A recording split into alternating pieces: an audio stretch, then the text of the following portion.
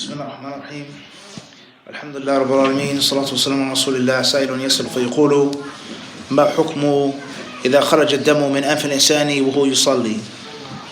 الجواب: إذا كان قليلا عفي عنه وزاله بمنديل ونحوه، وإن كان كثيرا قطع الصلاة وتنظف منه، وشرع له إعادة الوضوء خروجا من خلاف العلماء، ثم يستأنف الصلاة من أولها كما لو أحدث حدثا مجمعا عليه في أثناء الصلاة كخروج الريح والبول، فإنه يقطع الصلاة ثم يتوضأ أو يعيد الصلاة، والله ولي التوفيق.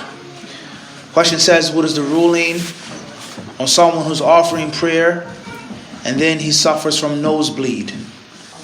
What is the ruling on having a nosebleed while you're praying? Is your prayer invalid? Do you have to make wudu, make a new salat? And if you do leave, do you finish your prayer at the exact point in which you left your prayer? Or do you have to start again? You were in the third rak'ah of Asr, your nose started bleeding, you chose to leave the salat, clean your nose, clean your clothes, make a wudu or not? Do you come back and make just one rak'ah? Or do you have to begin from the beginning of Asr? Answer says, if the bleeding of the nose, if it's just a little bit, it's not a lot of blood, then you clean it up with a napkin if you can, and you keep moving forward in your prayer. As far as if it's a lot of blood, then you should stop your prayer, clean yourself, and then make a fresh wudu. Make a fresh wudu, that way you don't have to worry about any differences of opinion. I.e., pause the translation.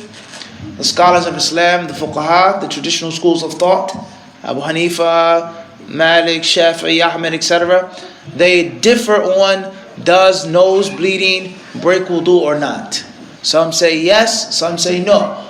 So he says, step one, if it's a lot of blood, stop the prayer, break the prayer, leave the prayer. Clean your nose and make wudu just to be on the safe side. Just to be on the safe side. You've made your new wudu, ثُمَّ يَسْتَأْنِفُ الصَّلَاةِ, then you begin your prayer from the beginning. And don't finish where you left off.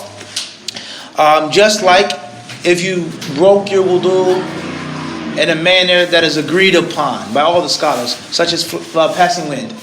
No difference of opinion regarding that. Or if a person, anything else that happened in which the wudu was broken according to all schools. So you're going to deal with the situation of khilaf like you would deal with the situation which is ijma. He then states, so stopping the prayer, making the wudu, and then recommencing the prayer, or reinstituting the prayer, not recommencing. Starting the prayer again from the beginning. And Allah Azza wa Jal is the one who gives all success. His fatwa was given by Sheikh Abdul ibn Abdillah ibn Baz, rahimahullah ta'ala. And of course, there are many different things to pay attention to and to focus and to look here. First and foremost is the ruling of bleeding. There are some types of bleeding that all scholars agree breaks wudu. And that is the bleeding which is natural from a woman once a month. Or the bleeding that a woman has after birth, childbirth, postnatal bleeding. Okay? And of course there are other types of bleeding for men and women. And obviously blood is extremely important. It's a major function of the human body. No life without blood. Blood is everything. So it's a big possibility as a human being that some of that internal blood is going to do what? Come on the outside, right? You with me or not? So blood is everywhere in your body, or in most places. So it's a big possibility that some blood is going to what? Find its way on the outside. So therefore, the scholars of Islam, they agree on certain things with regards to blood, breaking wudu. And there are other issues in which they differ.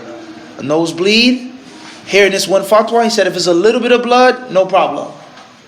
But if it's a lot of blood, problem. A cut. You're working, you get a splinter, you're fighting on a battlefield, right? You're wounded, or you beat up a prisoner, a detainee, or being abused. They throw you in a jail cell and you have open wounds. Can you pray or not? Do you have to make a new wudu if more blood comes out or not? There's many different issues pertaining to blood.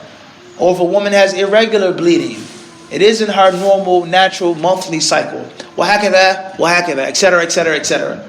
So here, one of those issues is nosebleeds. Do they break wudu or not? He says, take the route of safety. Make wudu. Be on the safe side. Leave the prayer. How do you leave the prayer? Taslim or no? One taslim or two. What's important is leave the prayer. Prayer is done. And also tanaddafa, to clean yourself. Even though, as well, is blood pure or impure, is also a discussion among the schools of thought. Many scholars, if not most of them, say that blood is najis. Period. Blood is impure, all blood. And some say the only blood that is najis is the blood of menstruation, postnatal bleeding, and the blood of an animal that wasn't slaughtered properly. Wahakadha. And a cut or a wound, the blood itself is not najis. It's tahir. If you work at a slaughterhouse, you slaughter a bull, or a cow, or goat, or sheep, or camel, or chicken, or hen, whatever, and the blood gets on your clothes, that blood is not najis. It's tahir. You may wash your hands, you may not want it to be on your clothes, it's unsightly, but it's not the same as urine. It's not the same as blood of menstruation, which is najis, which is Islamically filthy. So being clean, being hygienic, being presentable, doesn't necessarily mean that the thing itself is najis.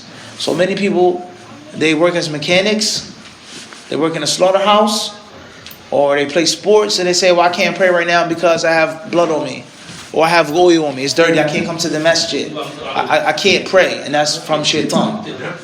The blood is pure, you're allowed to pray. And of course everybody knows that you're a butcher. If you change your clothes, no problem, but that's not always feasible. The mechanic can't always change his clothes, especially if you're going right back to work. So it's important to know what you can and cannot pray in and with. And all blood isn't najis. Obviously different views on that. Tayyib, Allah subhanahu wa ta'ala surely knows best. Alhamdulillah Rabbil Alameen. So just to be clear, let's say if you're leading salah and you have so much blood in your nose, it's all over your face, etc. لا يقطع الصلاة على القول الصحيح. نعم, so same thing with لا تقطع إلا إذا قلت بأنه ينقض الوضوء. هذا خلاف بين أهل العلم. منهم من يقول أنه لا ينقض وليس بنجس.